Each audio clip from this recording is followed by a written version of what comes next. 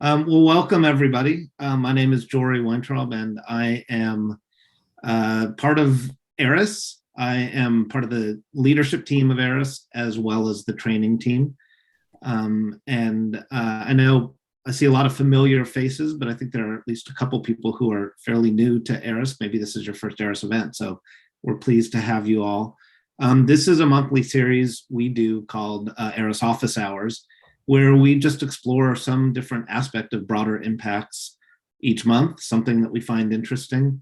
And it's generally organized by my colleague on the training team, Megan Heitman, who's here, along with Teresa Gilbreth and Jean Bruns and Sarah Vasmer, and a bunch of ARIS people are sort of the people that pull this all together.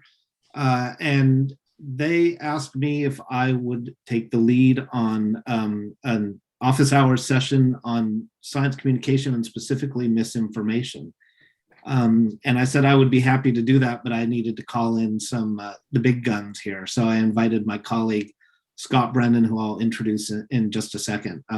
I actually, when I'm not doing my ARIS work, I'm based at Duke University and I teach science communication there.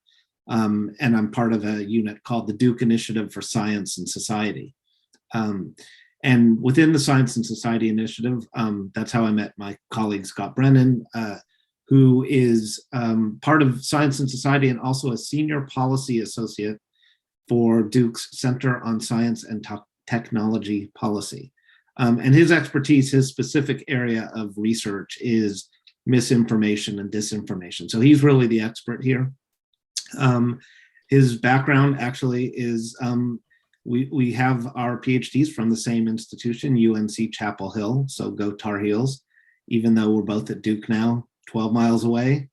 Scott, I hope you still bleed Carolina blue. And I believe you have your PhD and your master's degree from there. That's right, yeah. And my partner works there now, so we're still there you go. So just remember which color blue is the right color blue.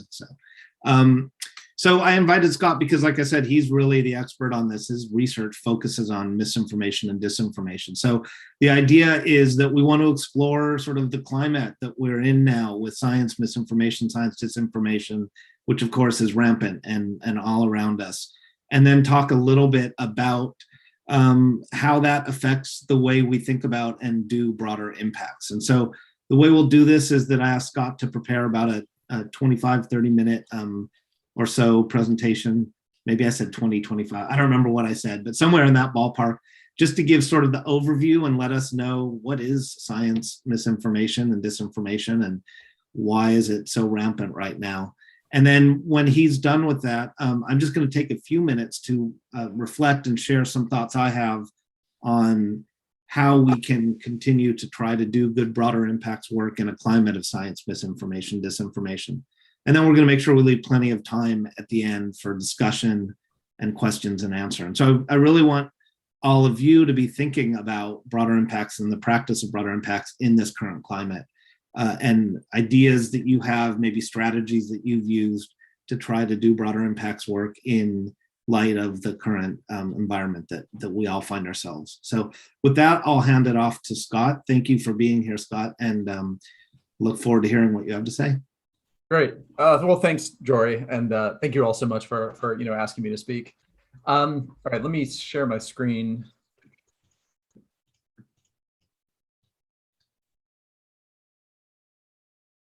Okay, great. Can you all see that? Yep, we're good. Okay, good. So I actually want to start. Let me gather my. There we go. I want to start with a video, and this is a video that I came across on a project that I did last year about early COVID misinformation, and pay close attention and see if you can spot the misinformation here. Scientists from the University of Queensland are confident they'll be able to develop a vaccine for the deadly coronavirus. The university has been asked by the Coalition for Epidemic Preparedness Innovations to develop a vaccine using UQ's recently developed rapid response technology.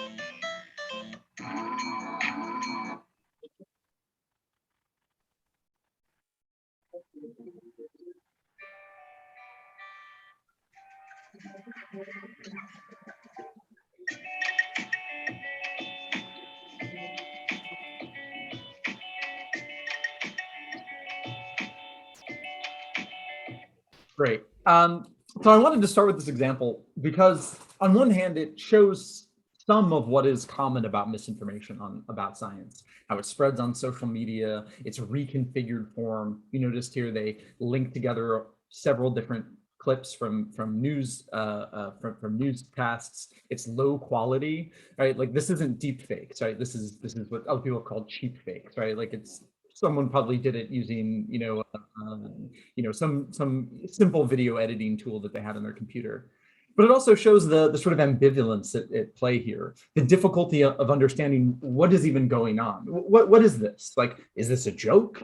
Is this real? Does someone actually believe that bananas are going to cure COVID or prevent COVID? Is this a troll? And yeah, and so it really just sort of highlights some of the challenges of even making sense of what the problem of misinformation about science actually is. Now, Jory asked me to offer a sort of basic introduction to misinformation about science. And so what I've done is I identified a handful of sort of key questions that seem to come up again and again as it concerns misinformation about science. And I've tried to just offer some insights based on the large literature out there, scholarly literature. And so we'll start, at the beginning, right? Like, what is misinformation, or what is misinformation about science? And the truth is there are many, many different definitions floating around. But I'll say, as a starting point, right, most make this distinction, which I'm sure you all know, between misinformation, which is content which is false, but not intended to harm or not intended to deceive, and disinformation, which is intentionally spread falsehoods. Now, the problem with this distinction is, as we saw in the banana example, right, it's really difficult to make sense of this in practice, right? As we're going to talk about, people share false content for all sorts of different reasons, but it's impossible as the audience to understand, to know what their intention is just by looking at the content alone. And so I offer that as a sort of a disclaimer that for the rest of my talk, I'm going to use the term misinformation as this sort of catch-all to just refer to any false content, and I will offer a more detailed definition as we go here. Now, actually, I'll do that now. So I don't want to get too bogged down in reviewing the many different definitions of misinformation out there, but I would like to sort of offer something of a definition. And I should warn you that this is my own definition, which I've been working on and putting together, and it is perhaps a little controversial, or at least the fourth part.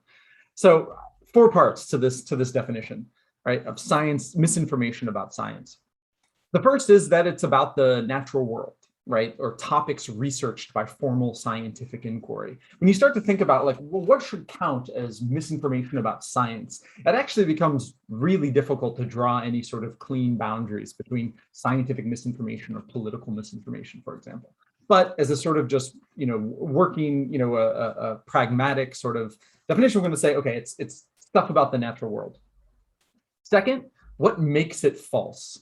I'm using here a definition from a piece that came out last year, and it's information considered incorrect based on the best available evidence from relevant experts at the time, right? So it's false because it goes against the best evidence, expertise, but also at the time, to recognize that our understanding of what is true changes. And so it has to be sort of indexed to a particular moment. Now, this is where we get a little bit more controversial. Now, I would argue that the thing that we're interested in talking about today, misinformation, is actually a disorder of public science. So there are certainly sort of issues about research fraud that happen sort of internal to science. That is not really what we're concerned about here, and that's not often what we mean. We mean sort of science in public. The classic examples that we're going to talk about: climate change, anti-vax. And then finally, I would argue that for it to be sort of meaningful, it has to present some sort of threat. to scientific knowledge practice or institutions. And I think this is where a lot of people might disagree with this, but to me, I think I think it's important to sort of keep track of what are the stakes here. There are certainly sort of misunderstandings that people have about science, which are not particularly harmful in any sort of significant sense. So, this is sort of how I think about what misinformation about science is in a sort of more rigorous form. Now, since 2016, there's been this great deal of attention given to misinformation. And we often talk about this as this sort of mega category, right? Misinformation. But I would argue that this is actually a series of many different, if related, problems. So here are some of these problems, right, that often get grouped into this mega category of misinformation. We have things like bad journalism, right, or false journalism, what we used to call fake news, but we can't call it that anymore. Conspiracy content or communities, things like QAnon or flat earther movement. Political bullshit, and I mean that in the technical philosophical sense of bullshit, as content that the speaker doesn't care if it's true or false. Right, social activism. Ooh, we skip it around. Propaganda, right? We're all familiar with that. Social activism. So I did this big project on anti-5G activism. Certainly, there's misinformation floating in there, but there's the thing that we care about there is how they are organizing and how they're organized. State-backed disinformation, right? Perhaps most famously, right? For example, what the Russians did, the IRA did, the Internet Research Agency did. Before and during the 2016 election, and continue to do.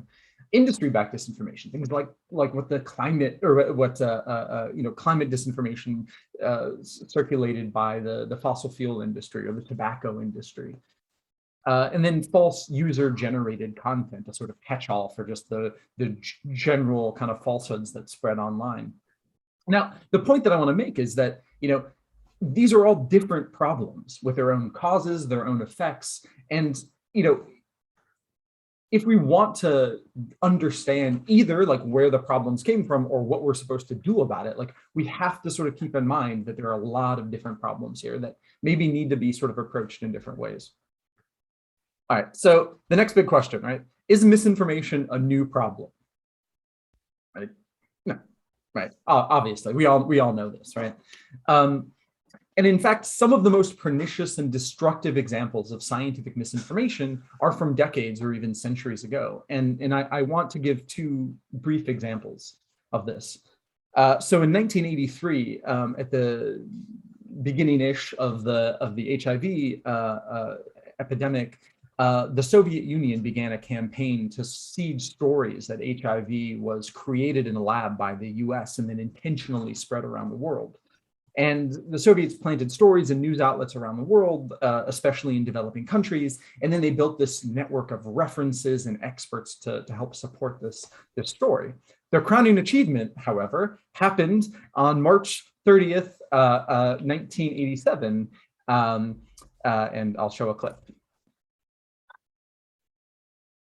A Soviet military publication claims the virus that causes AIDS leaked from a U.S. Army laboratory conducting experiments in biological warfare. The article offers no hard evidence, but claims to be reporting the conclusions of unnamed scientists in the United States, Britain, and East Germany. Last October, a Soviet newspaper alleged that the AIDS virus might have been the result of Pentagon or CIA experiments. A boom in the number of So this was a huge coup, right, for the Soviets. We have Dan Rather, right, on the CBS Evening News reporting this piece of trash.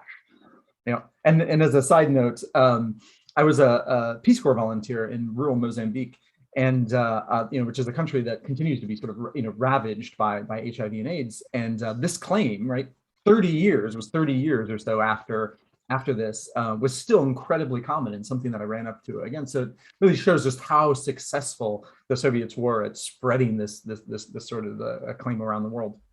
Now, another example from sort of a historical example of scientific disinformation that isn't often recognized as such, though, is so in his famous Black Reconstruction in America, W.B. Du Bois shows how during Reconstruction, wealthy Southern whites very intentionally stoked racism against newly freed Black people in this massive organized campaign. basically in order to keep labor powerless. And he wrote in his book, and this was in 1935, the white group of laborers, while they received a low wage, were compensated in part by a sort of public and psychological wage. They were given public deference and titles of courtesy because they were white. They were admitted freely with all classes of white people to public functions, public parks, and the best schools. The police were drawn from their ranks, and the courts, dependent upon their votes, treated them with such leniency as to encourage lawlessness. On the other hand, in the same way, the Negro was subject to public insult, was afraid of mobs, was liable to the jibes of children and unreasoning fears of white women, and was compelled almost continuously to submit to various badges of inferiority. And he concluded, thus every problem of labor advance in the South was skillfully turned by demagogues into a matter of interracial jealousy. Now, this has arguably been one of the single most impactful and damaging campaigns of scientific misinformation in the history of this country. I just want to remember this, like, as we talk about the contemporary problems of misinformation, often people claim that we have a real crisis of misinformation. That is true, but I don't want us to lose sight of the fact that we have always had to deal with systematic, intentional lies about science. As I said, misinformation is not a new problem, but we should acknowledge that the problems of misinformation do look different today than they did in the past. So that leads us to the next question, right? Like, what does misinformation about science actually look like? Now, to sort of simplify a bit, I would argue that often misinformation about science takes kind of two different forms. One, we see pseudoscience promotion, right? Promoting theories that are not in line with scientific consensus, right? Flat Earth or astrology. On the other hand, we see kind of the opposite, science denial. That's trying to manufacture doubt about an established consensus. And I think what's key here is it's less about convincing people of a particular argument as it is about making them believe that there is ongoing controversy, right? That there's an ongoing discussion or debate, and therefore delaying action. And of course, the best example of this is the climate denial, which was very intentionally sort of spread by a very organized effort of the fossil fuel industry, beginning in the latter part of the 20th century. But we also see this in the tobacco industry, as very famously was sort of outlined by Merchants of Doubt, that book, which I'm sure all of you are familiar with. Now,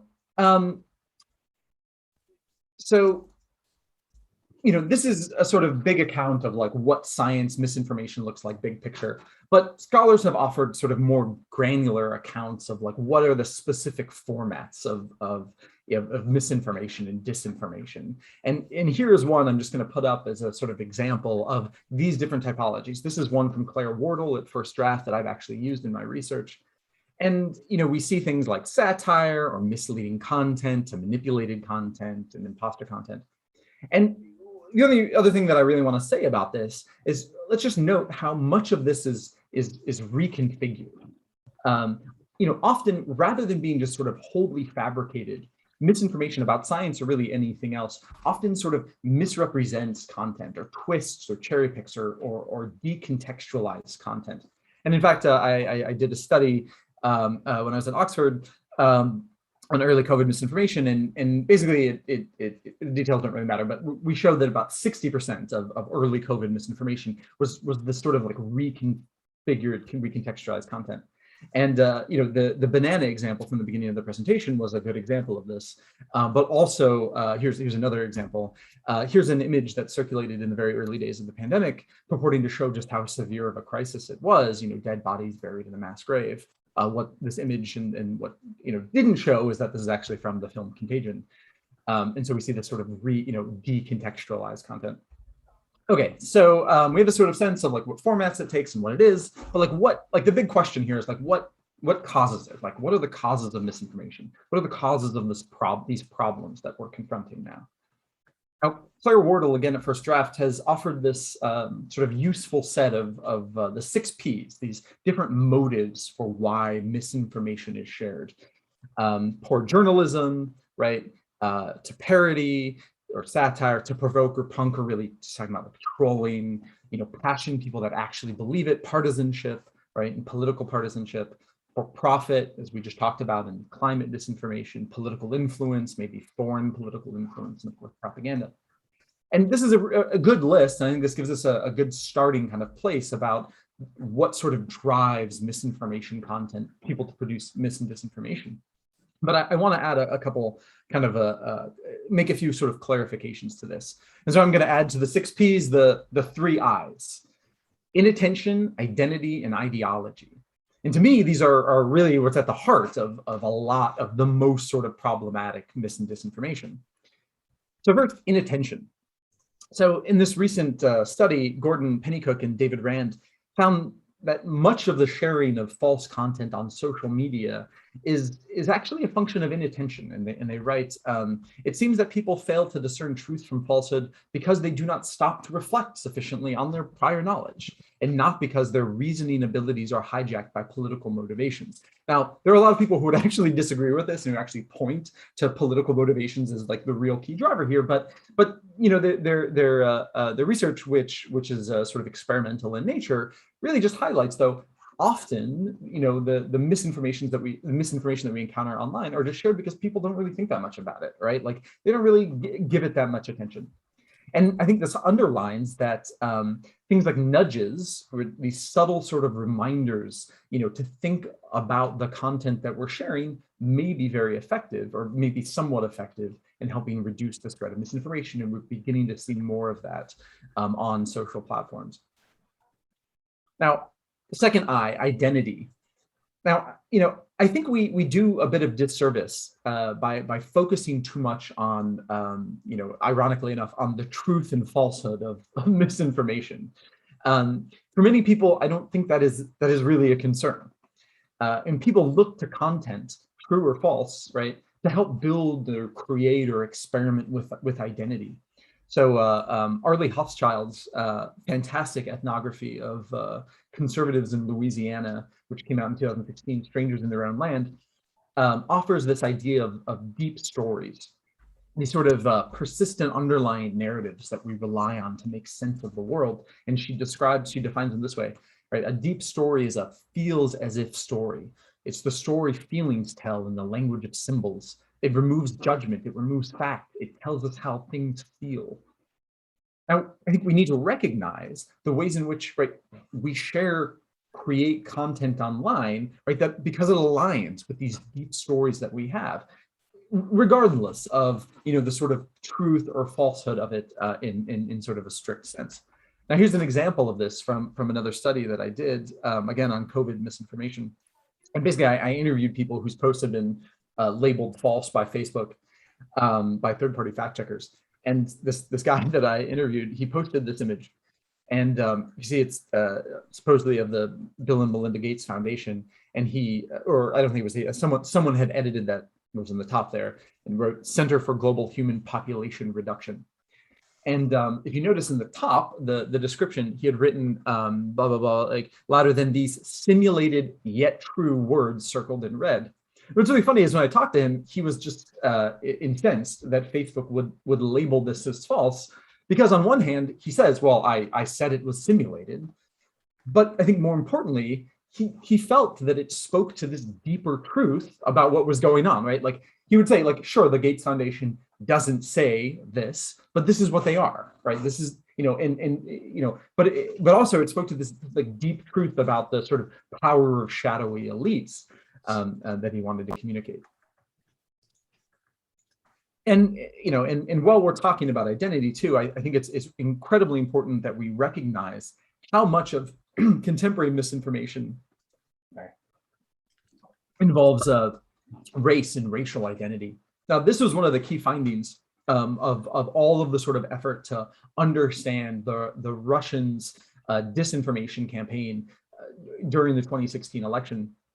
And a lot of different analyses sort of found how much of the content that this organized campaign by the Russians through the IRA, the Internet Research Agency, basically was meant to deepen and play off of existing sort of racial tensions or racial identity, right? Both by spreading white supremacist content, but also by targeting African-American communities, right? And spreading false information about voting processes or encouraging them not to vote, right? Or suggesting that they shouldn't participate in public life.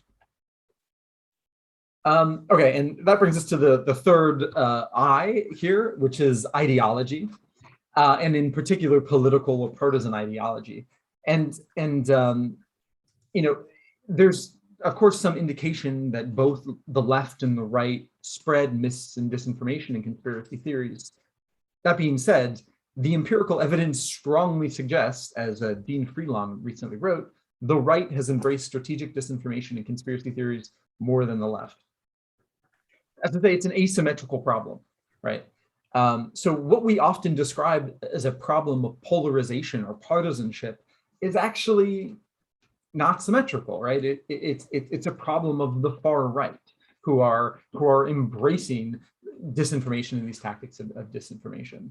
A point that is often sort of lost in these very frequent appeals that we situate misinformation in the context of partisanship and polarization. And one other thing I should say is sort of about ideology really quickly is this sort of general decline in or crisis of trust that we're seeing. So this chart is just about public trust in government in the U.S. over the past was it 70 years, but this is sort of repeated in these sort of large surveys of opinions about all sort of public institutions, scientists, journalists, military, things like that. We see this deep sort of decline in generalized trust in institutions, which we can imagine how that sort of underwrites and contextualizes this these different problems of misinformation. All right, so that brings us to the next question, which is usually the first question people ask me, which is, are social media platforms responsible for the problems of misinformation today? And even if we recognize that misinformation is not a new problem, we do need to recognize that social media plays an important role in those problems today, in the contemporary problems of misinformation. So I want to talk a little bit about how that happens specifically. So first, simply put, social media allow user-generated content, right? That which has not been produced by big institutions, news outlets or governments, for example, and it can provide this space, right, for this problematic content to spread and spread quickly. And in fact, there's been some indication that falsehoods tend to spread faster than truths. Though to be fair, there's sort of studies are you can imagine how they're kind of odd. But now second, there's been a great deal of sort of talk over the past 10-15 years about echo chambers and filter bubbles, and I'm going to have to sort of push this off to the Q&A a bit. But I think it's really important that we recognize that the empirical evidence increasingly suggests that despite 15 years of a great deal of concern about these things, social media actually do not limit the diversity of news sources or information sources that people see, at least as compared to people who do not get their news and information from social media. So that's to say, there's good reason to believe that filter bubbles, which is more like the algorithmic curation of created sort of effect, or echo chambers, are not as serious of a problem as we have long believed. And I'm there. I would imagine that you all have some questions about that. So I want to mark that, and we can come back to it in the Q&A. Now, that being said, right, like, we do have to recognize that platforms do some platforms do algorithmically curate content. And as we've seen, right, in the good evidence in the recent Facebook files disclosures, right, social media platforms have tended to prioritize engaging content, right, in the hopes of increasing users and increasing time on platforms. And as it turns out, that engaging content is often more misinformation, more hate speech, more problematic content, which means that platforms like Facebook have long prioritized, bumped up that sort of content in people's feeds in the hopes of continuing to keep them on the platform. And of course, right, this plays a huge role in the spread of problematic content and misinformation online. All right, so talked a lot about like what it is and what causes it, but like what impact does it have on us? And unfortunately, I don't know, you know, this is like the most important question perhaps, and one of the hardest to assess. And there's, you know, I'd say there's a great deal of sort of disagreement about the impacts that misinformation has had and has on us. So on one hand, you know, it's important to remember that, you know, news or information, you know, is a tiny portion of people's, you know, media diets. Usually it's estimated as something like 1 to 3%, right? So when you boot up your, you know, Facebook, people see the vast majority of what they see are memes and videos and posts from friends. Only a tiny portion are that most people see is news. And then misinformation is then a tiny portion of most people's news diets. Now, we have to recognize that like some people see a lot more misinformation, but if we're talking on the sort of collective in the US, most people see very little misinformation on a day-to-day basis. Now, more importantly, like after 100 years of communication research, we know that media do not have strong effects on us, right? That like a single piece of content rarely convinces us of anything. Now, all of that being said, right, we also can look around and see the impact that the anti-vax movement has had, right, or the climate change disinformation has had over 30 years. And I think what I would argue defines these incredibly impactful movements is being these broad, diverse efforts, right? It's not just about bad content on social media, right? These are systematic efforts to build broad infrastructures of scientists, think tanks, you know, producing content across media, on social media, on TV, books, and that can often sort of articulate their misinformation to political ideology as well. Now, the last sort of question that I've posed here is what can we do about it? And I'm also going to kind of push this off to the Q&A because I don't want to take up all the time. But I just want to sort of point out sort of the big buckets of different types of interventions that we see, right? So for years now, platforms have been saying that they're doing a lot to try and limit the spread of misinformation, things like, you know, altering their algorithms or, you know, doing, you know, appending labels to content. We see third-party interventions like fact-checking. And then increasingly right now, we see calls in the US for more targeted government intervention. This, of course, is really difficult, right? Because not only do we have sort of, you know, strong First Amendment protection that protect people's right to lie, but we also have strong, you know, like Section 230 protections as well, which, you know, which protect platforms from liability, civil liability when it comes to sort of spreading misinformation, even if it is libelous. Okay, so that kind of sums up, or that brings us to the end of like the questions that I posed. But as I said, I'm more than happy to talk about any more of this in detail in the Q&A. Scott, that's great. Thank you so much for setting that up and giving us all that important background information. And I'm sure there's lots of questions that you all have for Scott about misinformation. But before I let you do that, I want to just take a few more minutes of your time, and I'm going to go ahead and share my screen because I have just a few slides I want to run through. Give me a second here. Okay. So Scott shared his slides with me in advance, and what I wanted to do was not only have Scott deliver this information about misinformation, but I wanted to sort of frame that in the context of where this all fits in with broader impacts.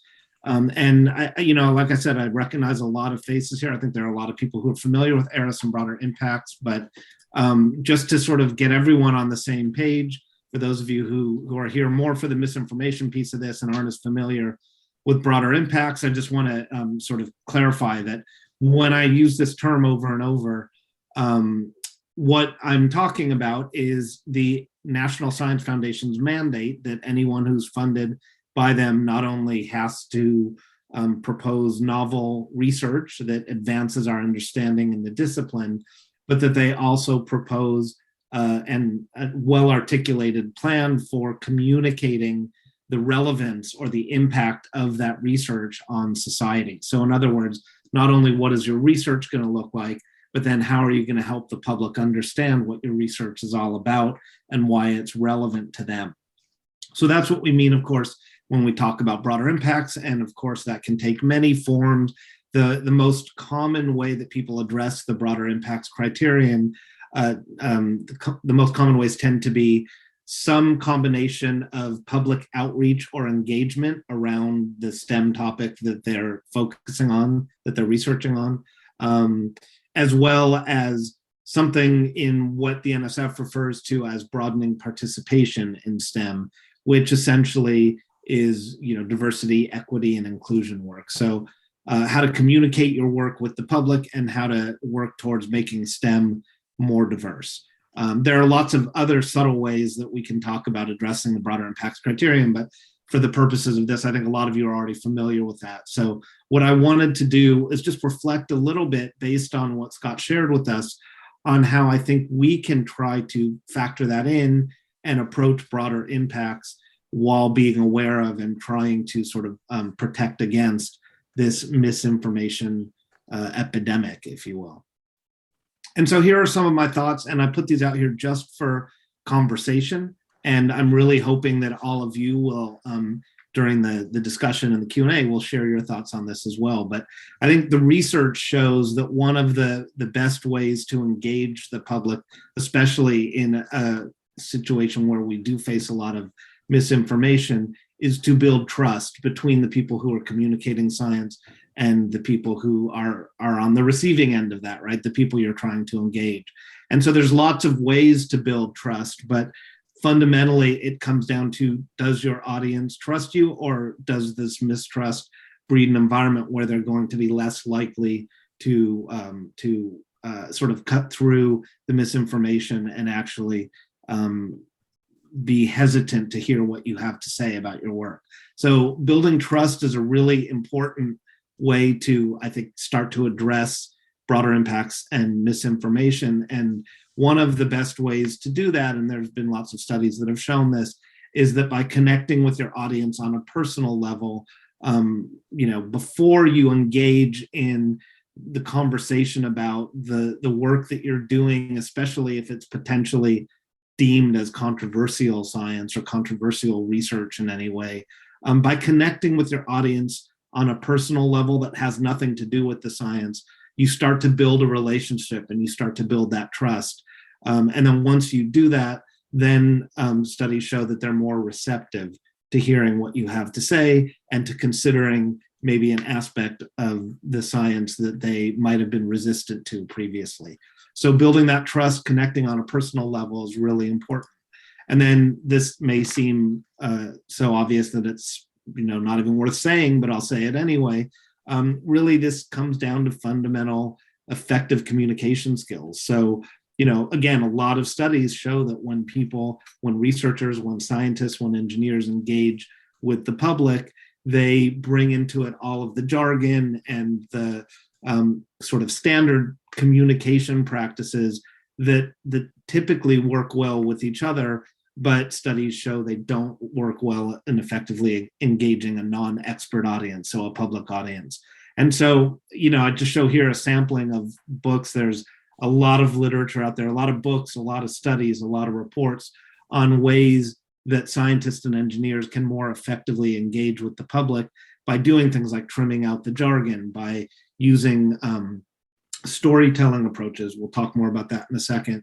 By having a clear message and framing that message appropriately for the audience that you're engaging with. So just all of these standard communications approaches that scientists often don't do very well because they're not typically trained to engage the public in a non-expert audience.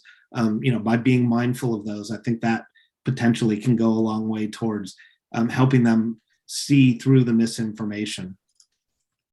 I always tell my students that an important part of communicating is actually not speaking, but listening, right? So many people think that communicating and engaging the public in research in STEM is about one-way delivery, right? So the scientist, the engineer imparting information on the audience. But Really, if you want effective communication and you want to build that trust and those relationships with your audience, it needs to be two-way communication. You need to be able to listen to what your audience is saying, see where they're coming from, meet them where they live, and then respond appropriately based on their perception of the current state of science. And so I think listening is as important as speaking when it comes to communication. Again, a lot of studies have shown that the worst thing you can do when you're trying to communicate areas of science that potentially are controversial is to just throw the facts back in your audience's face and say, well, you're wrong, and here's why, right? And not that I think most people would design broader impacts activities from the starting point of telling people why they're wrong, but I think a lot of times scientists don't even realize that the way they're engaging with their audience actually comes off as simply telling people, that they're misinformed, that they're wrong. And there's some really interesting data out there that show that when you engage people starting from a starting point of telling them why they're wrong or why they're misinformed, in fact, it doesn't lead to them embracing the science, but rather there's sort of a doubling down effect where they may be even more likely to embrace the misinformation simply as a sort of a response to being told that they're wrong. I mean, the bottom line is that nobody likes to be told they're wrong about something. And so, if you just throw the facts in people's face rather than, listening and seeing where they're starting from, then you're likely to, be less effective at engaging them and have the end result of them maybe embracing misinformation more readily. Another thing, I mentioned this a minute ago, is, there's a lot of data out there. Again, I don't have time to go into any of this, but we can talk about it during the discussion, that shows that when you communicate information in the context of a story rather than just delivering, raw data to people or slides with facts and figures as opposed to a storytelling context, the storytelling is actually a much more effective way to engage people. It increases comprehension and retention, and those are very science jargony words, so I'll say it more effectively, which is that people understand the science better and they remember it longer when you deliver information in the context of the story. So again, this all comes back to how we communicate. We also know from lots of studies that are out there that when people are engaged in active learning as opposed to passive learning, that they embrace information more effectively, and both comprehension and retention are increased. So if we want people to be able to distinguish between scientific information and misinformation, employing really active learning approaches and techniques with your broader impacts, I think can be a way to do that more effectively. And then a couple final points I want to make really quickly, because I want to make sure we have time for discussion. It can be really important and really effective to find the right partners for your broader impacts, especially in this climate of misinformation. So if you identify the right partners and they've already established relationships with people in the community, with community stakeholders, this can go a long way towards that building of trust that we talked about. And similarly, remembering that the messenger can be really critical to how the information is received, right? So it all comes back to that trust, right? If you don't have a relationship with the audience, or if you're not partnering with people who do, then it's harder to build that trust and that openness for information, and people might be more hesitant to embrace what you have to say. So I think that's really important as well. And I think that may be my last slide. So again, I know I threw those at you really quickly. I wanted to leave time for discussion, but what I wanted to do was just give you some things to think about as possible starting points for how to do broader impacts in this climate of misinformation. So with that, I'm going to stop. And what I'd love to do is just open it up to discussion. We're a relatively small group. So what I'd say is, if you have questions for Scott or for me, or just comments, or maybe you want to share some strategies that you've used to try to develop and implement broader impacts in this current misinformation climate, that feel free to unmute and share your comments with the group.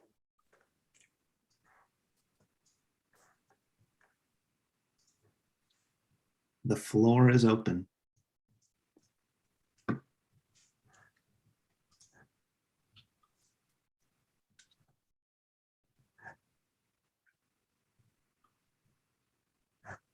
Maybe I can start by offering a slightly different, more complex view of misinformation and call it part and parcel of larger groupings in society and their dissatisfaction and efforts to create a revitalization movement, borrowing from an old Anthony Wallace religious revitalization movement article in the 50s. But the idea that we're recreating society around ideas that seem to be getting a lot of traction, whether they are factual or not, is less important than the fact that we are creating identities and ideologies that people can group behind and build belonging, even if those ideas might be denial of science or anti-science, religious, white supremacist, or the antithesis of that. There's still ways of mobilizing communities and sharing belief systems. So that makes misinformation even harder to combat if you believe any of those ideas I just forwarded. Do you want to respond to that? Sure. Yeah. I mean, I don't disagree with that at all. I mean, I think that's exactly what I was getting at with the focus on the relationship between misinformation and identity. Yeah. No. I think you're right. That, like, as I said in the presentation, like, I think we do this disservice by focusing on the facticity of misinformation rather than its social functions, and it makes sort of combating its effects incredibly difficult. That even if a lot of the sort of interventions, right, have been focused on stopping its spread, diffusion, which is important, but right, there's always other channels, and increasingly we're seeing these identity movements, right, like being sort of articulated around distrust in authority, or like populism, and so organized action to remove disinformation or misinformation only sort of supports the claims that are the central claims that are being made. So you're absolutely right. It's a sticky problem, and there are no easy solutions to dealing with misinformation. But then, if I may follow up by framing it in the ideology perspective, how does that affect our broader impacts activities or ways of communicating? Do we have useful ways to get people to buy in? Do we no longer use claims to authority, but engage in different kinds of conversations or questions? Because looking at Facebook reports of this is misinformation or this isn't true, it looks to have backfired pretty effectively.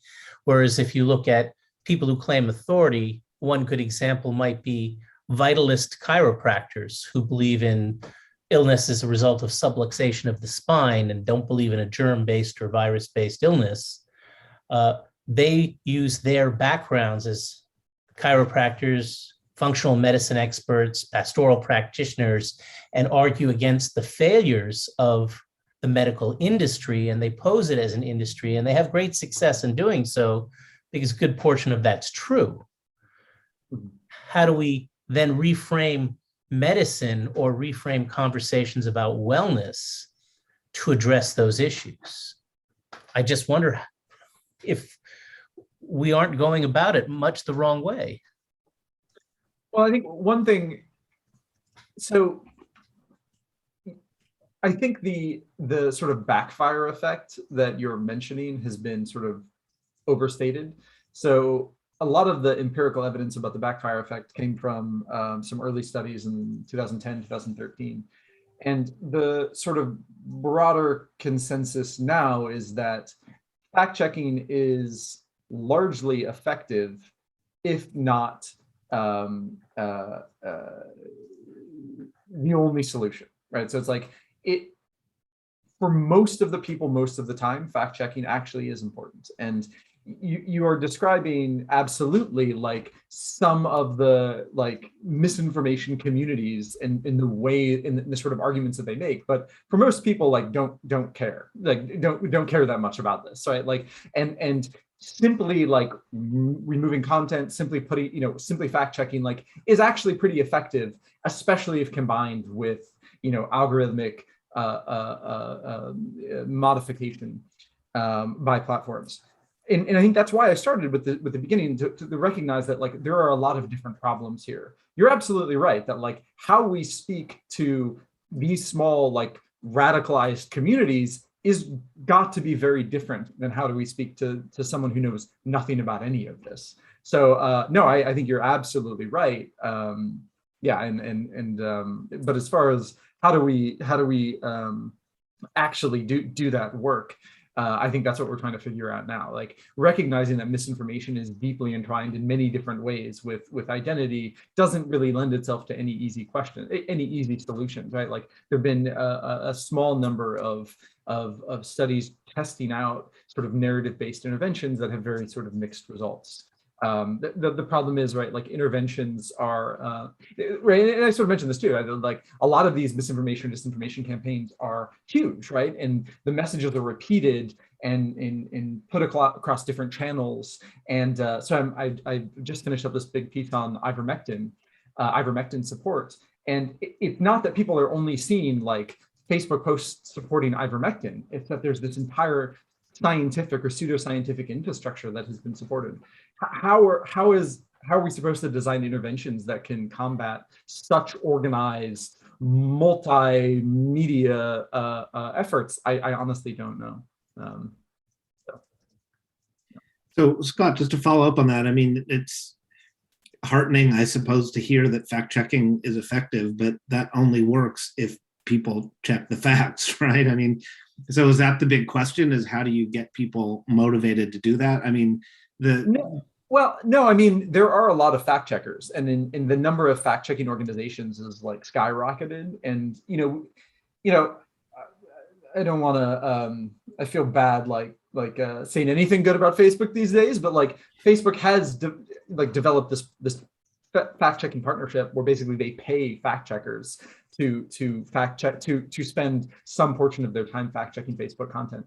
That program is not perfect, but it does give a lot of money to fact checkers, and we're seeing we've seen a huge rise in the number of fact checking organizations that are around that can survive. So that's good. I mean, there are all sorts of questions, right, about like who the fact checkers are and how they get certified and all of that. But yeah, so well, the problem is not like finding new fact checkers, really. But well, right, and that's not what I was saying. What I was saying is, how do you get the public to engage with the fact check material, right? Yeah, So well, I think that's like the most effective thing, I think, then is to have it be a partnership with like Facebook, or other social media that, when the program works, which it doesn't actually work always, but like theoretically, fact checkers independently assess pieces of content that are circulating widely, and then Facebook both they used to put a label that says this is false, but then also kind of mess with its distribution so it gets deranked. That's very effective. Unfortunately, there's way too much information to be hand fact checked. But yeah. I had a question. Yeah, go ahead, Marcia. My question is, how, I guess, do you think misinformation will impact how younger individuals make decisions? And when I think about decisions, I'm specifically talking about how like younger individuals, like adolescents who are using social media like TikTok, Facebook to access information and are using misinformation to fill gaps about things that they are not familiar with. How do we combat that when there's like this lack of knowledge for certain materials or certain topics? They don't have this background knowledge and they're filling these gaps with misinformation. How will that affect their decision-making processes? Yeah, no, that's a great question. And it certainly is a concern, although, all indication is that the group sharing most information are not young people, but old people, or older people. You know, I mean, part of that is, you know, our lack of understanding about the problems of misinformation on some of the newer platforms, right? Like there have been very few studies about misinformation on TikTok, even though TikTok is huge, right? Like and much bigger than Facebook when it comes to young people. And so on one hand, we don't have a great sense of like what the misinformation landscape looks like on TikTok, although we know it's there and we know it's problematic. But no, that's a great question. I don't know. You know, I don't know. So we are almost out of time already. I can't believe the hour has flown by so quickly. If people need to leave right at the top of the hour, that's fine. I'm happy to stick around and sort of moderate a longer conversation if people want to stick around and ask questions. But you know, I don't know. I can't promise Scott's time is available, so I don't know if he has a meeting in 2 minutes or not. Unfortunately, I have to go get my daughter from school. I have to leave in a minute. But I will respond to Kevin's question about the fairness doctrine. You know, that has been brought up a lot, especially in the context of the sort of rise of partisan sort of outrage content, especially on like cable TV, beginning in the 80s. I think though the irony about the fairness doctrine, as it relates to science misinformation, is maybe that if anything, I would argue that we don't necessarily want balanced coverage of science. And in fact, like there's been a lot of research, or there's been a lot of sort of research that like early coverage of climate denial, you know, journalists were motivated by a sense of objectivity grounded in balance and convinced to give equal weight to, you know, the IPCC and Fred Singer, you know, the climate denialists. And so, you know, I'm not, you know, returning to something like the fairness doctrine, I think would be beneficial in some ways, perhaps, but with the specificity of science misinformation, I'm not sure that that's the right tact. So it is top of the hour. I guess we should call it this. Like I said, this hour flew by. I want to really thank Scott for his time and for sharing his perspective with us. If this is a topic that's of interest to the broader impacts community, we could certainly host a part 2, host a follow-up of this. But for now, I guess we'll go ahead and wrap up since it's top of the hour. Thank you all for being here. Thank you, Scott, for your time. And I'm happy to continue the conversation at a future event if people are interested. Yeah, thank you all so much. Take care, everybody.